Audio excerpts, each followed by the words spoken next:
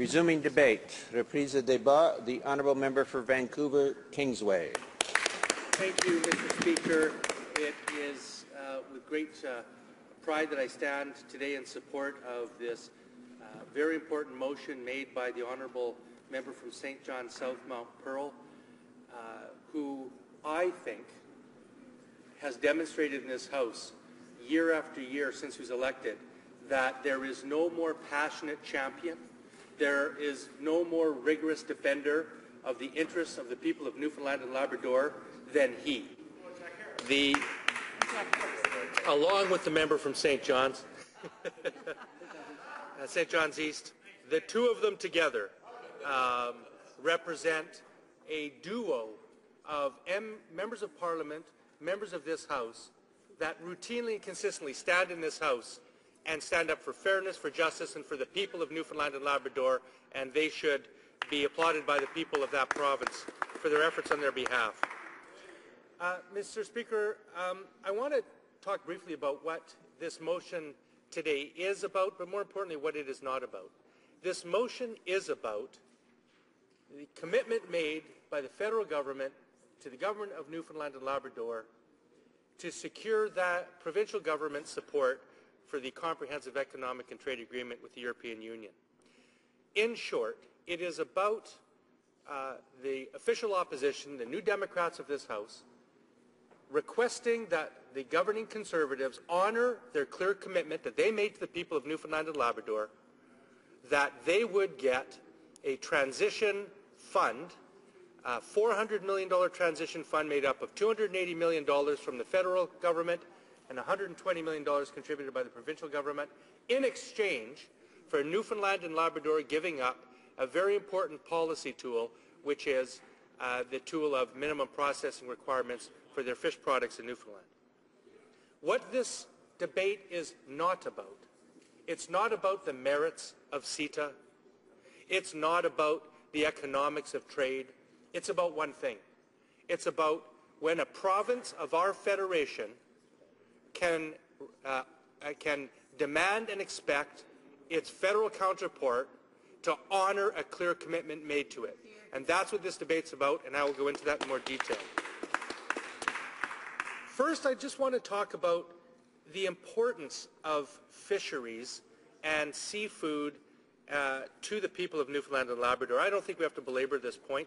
I think every Canadian is well aware of the importance of that sector to the people of Newfoundland and Labrador, and in fact, all people who live in the Maritimes and the rest of Canadians who benefit from the hard work of those people in that sector. In 2013, the seafood sector in Newfoundland generated $1.1 billion and provided employment for over 18,000 people, mainly in the rural parts of Newfoundland and Labrador, where alternate sources of employment are not so easy to get. So the fishery sector is critically important to the people of Newfoundland and Labrador. The average annual export value of fish and seafood products from Newfoundland to the European Union is approximately $120 million per year.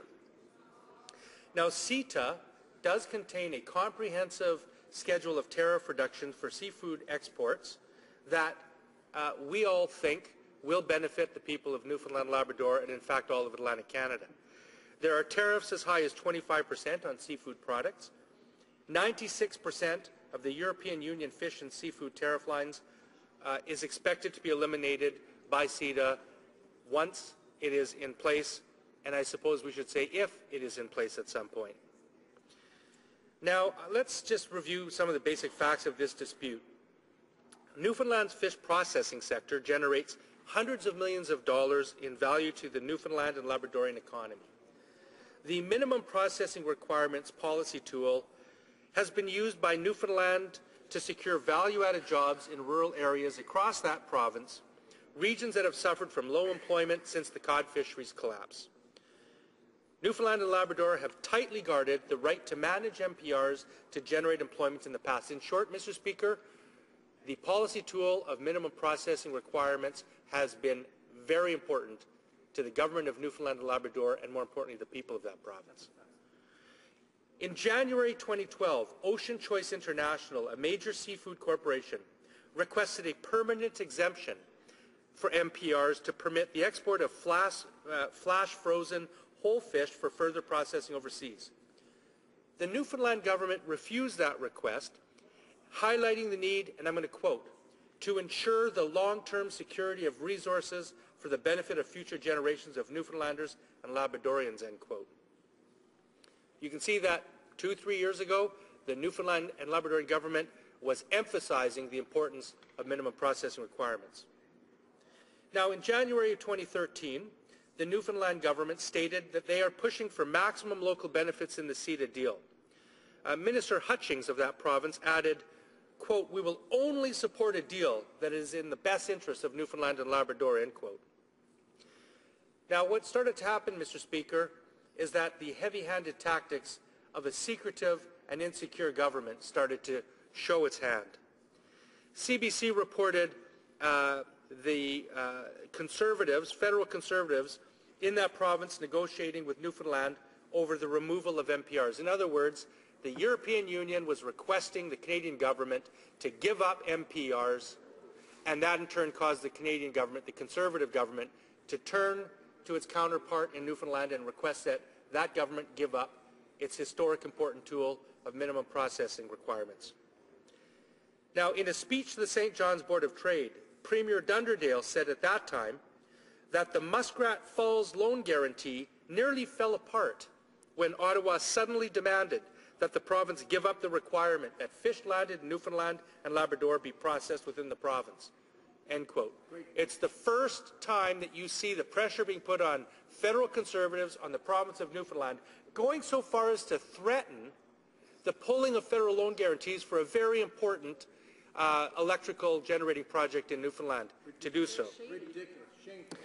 Now, on October 23rd, 2013, Bill Hawkins, the Chief of Staff to the Minister of Trade, wrote an email to the Newfoundland government, and I'll quote from that email, quote, "Transitional programs of up to a combined total of $400 million that would address fish and seafood industry development and renewal, as well as workers whose jobs are displaced in the future, will be provided by the federal government," end quote. Mr. Speaker, what happened here is clear. Newfoundland negotiated with the federal government this agreement that in exchange for giving up the important policy tool of minimum processing requirements in that province, the federal government agreed to provide transition funds to help that province in the sum of $280 million.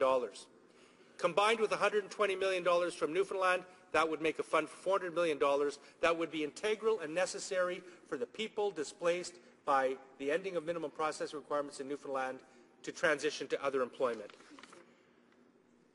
Now, there was no mention at that time, Mr. Speaker, zero mention that those transition funds were in any way linked to Newfoundland and Labrador having to demonstrate that there were job losses or negative consequences as a result of the implementation of minimum processing requirements. And let me tell you, I am the official opposition critic for international trade, and I'll tell you that when the Conservative government does link the payment of federal transition funds to provinces for displacement due to CETA, they say so. The Conservatives said directly to the provinces that if there are negative consequences suffered by the provinces over changes to the intellectual property provisions of CETA, in other words, costs to the provinces for increased prescription costs as a result of CETA, if the provinces can demonstrate losses, the federal government will compensate. The federal government has said to the dairy farmers, the dairy industry of this country, if the dairy industry suffers losses, and those can be demonstrated, they will provide funding. They said no such thing to Newfoundland and Labrador when it came to the providing of transitional funds. Now, here's the other thing. On October 2014, the Minister of State for ACOA was quoted as using the term Fishery Transition Initiative. At that time, in late October of 2014, ACOA officials started for the first time to say that the province would have to demonstrate damages to the federal government as a result of the elimination of MPRs before funding would flow. On December 11, 2014, the new Premier of Newfoundland, Premier Davies, met with the Prime Minister to discuss this issue, saying to the Prime Minister clearly, The federal transition funds were unconditional. They had nothing to do with Newfoundland demonstrating losses. It was money that was intended to flow to the province of Newfoundland purely as a result of giving up the minimum processing requirements. And there was no condition attached to that. No. Now, here's what Premier Davies said coming out of that meeting. Quote, "It really solidifies for me that you can't trust the federal government. You can't trust the Prime Minister's government. We bargained in good faith. We believed we had an agreement in place and that we had a deal set." End quote. Now, that's not the official opposition saying that the federal government reneged, that the Conservatives reneged. That's the Premier of Newfoundland saying that. Now, let's explore a little bit the argument that the Conservatives are making in this House, that, oh no, the federal Conservatives always intended the Newfoundland government to have to demonstrate losses. I met with ministers of the Newfoundland provincial government, and this is what they said to me, and I put this out for all Canadians across this land for their judgment. He said, if the $400 million was intended as a fund only to be paid in the event of demonstrated losses, to compensate Newfoundland for the losses they could demonstrate, the minister said to me, why are we contributing $120 million? Does the federal government expect us to compensate ourselves? They don't need to have a deal for the provincial government to compensate their own fisher workers displaced. Not only that, but there was never a word mentioned in any memo, any news article, anywhere by this Conservative government that ever tied the payment of transition funds to demonstrating losses. Never. Now, the Conservative government has also said, oh, well, this isn't fair to the other provinces, Atlantic provinces, who also may suffer losses as a result of CETA. Well, here's the fact that all Canadians can weigh, that punctures to the heart of that matter. The other Atlantic provinces do not have minimum processing requirements. Only Newfoundland does. Newfoundland and Labrador. Only them. So only Newfoundland and Labrador was asked to give up minimum processing requirements. Only they were negotiating with the government what would happen, what they would get as a result of giving up that important policy tool. Does it really seem reasonable to anybody that this is not fair to Newfoundland because the other Atlantic provinces didn't get it? Of course it's not unfair because they didn't give up minimum processing requirements. Now, to add insult to industry, to add insult to injury, the Minister of Justice states that the Fisheries Fund was never intended to be a, quote, slush fund, end quote. What an insult to the Premier and the government of Newfoundland. What an insult to the cabinet ministers of Newfoundland. What an insult to the people of Newfoundland and Labrador to call this money a slush fund when it is compensation to those people, compensation that this government admits is owing, compensation that they know is necessary because Newfoundland and Labrador gave up something important to that province and will suffer losses as a result. So what's happened since then? On January 20th, 2015, Newfoundland announced that it is withdrawing from Canadian trade negotiations and withdrawing its support for CETA. Mr. Speaker, the Conservative government's credibility is on the hook here. I want to talk about integrity and respecting agreements.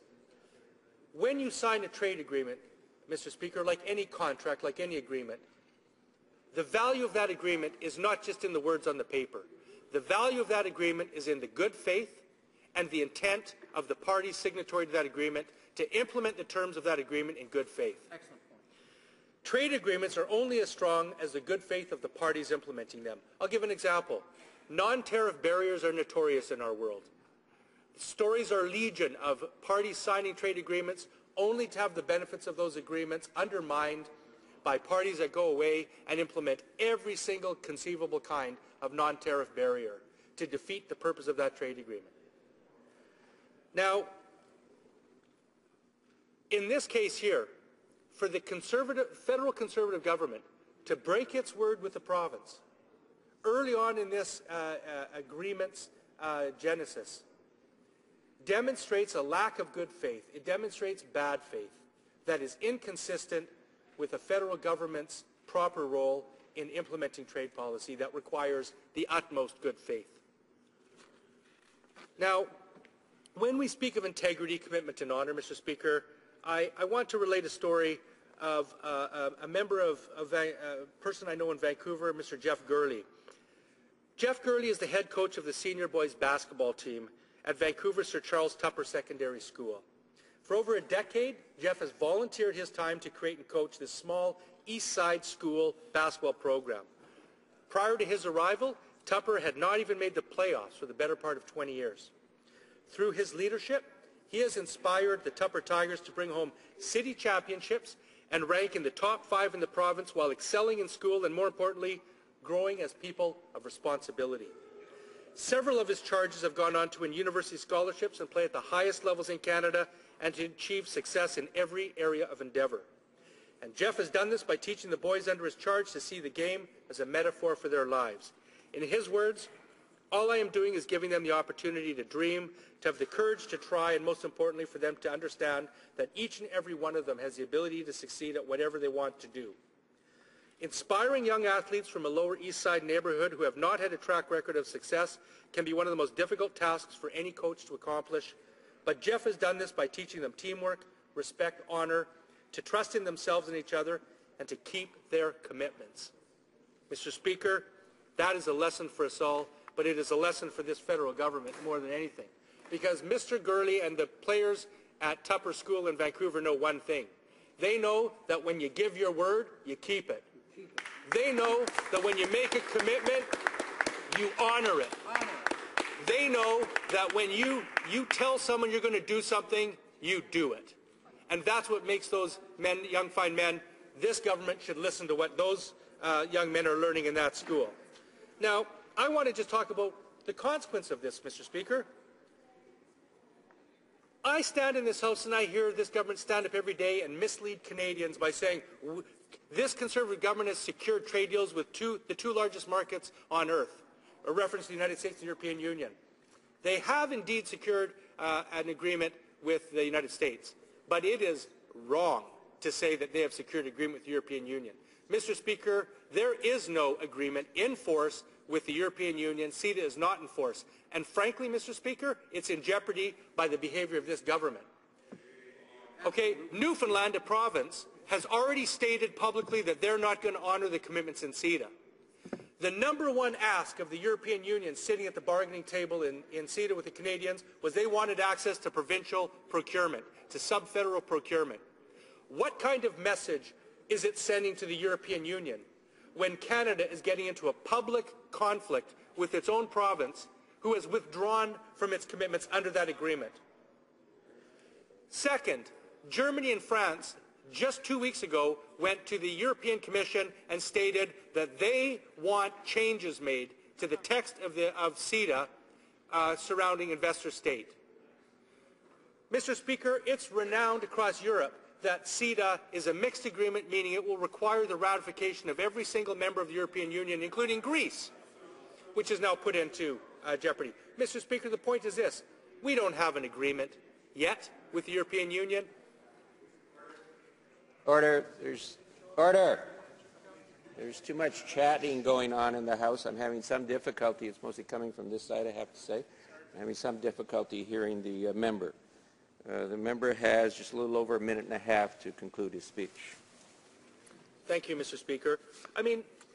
Just last September in a speech to the Vancouver Board of Trade, the industry minister stated, quote, in 2006 we had free trade agreements with 5 countries around the world. Our government has taken it from 5 to 43 countries. And of course this includes the historic Canada-European Union Free Trade Agreement, end quote. Again, we don't have an agreement with the European Union yet. It is not in force. The text is not even completed because we have parties that are still saying that the agreement has to be changed. And at a fragile time like that, what does the Conservatives do? They renege, they betray a promise made to Newfoundland and Labrador that is causing a province to say they will not take part in CETA. Mr. Speaker, respected trade writer John Ivison said in a January 9, 2015 column about the Fisheries Fund that, quote, it could start the gradual unraveling of the fragile CETA deal, end quote. Now, Mr. Speaker, I'm going to conclude just by saying the NDP and the official opposition believes that broadening and deepening our trade with the European Union is important. We believe that a good agreement, well negotiated, would be positive for our country. But an agreement like that requires people of good faith, it requires honor, and it requires a government that will respect the commitments it made and not trick and betray provinces into giving up things only to pull the rug from under them later on. The NDP official opposition stands squarely behind the people of Newfoundland and Labrador. We stand foursquare with the government of Newfoundland and Labrador, and we will continue to fight to make sure that their agreement is honoured. My final point will just be, Mr. Speaker, this shows the folly of the Liberals who gave this government a carte blanche, a blank sheet, to support CETA before they knew what was in it, and this shows how important it is that the NDP is the only party in this House that has made sure we get a good deal for Canadians.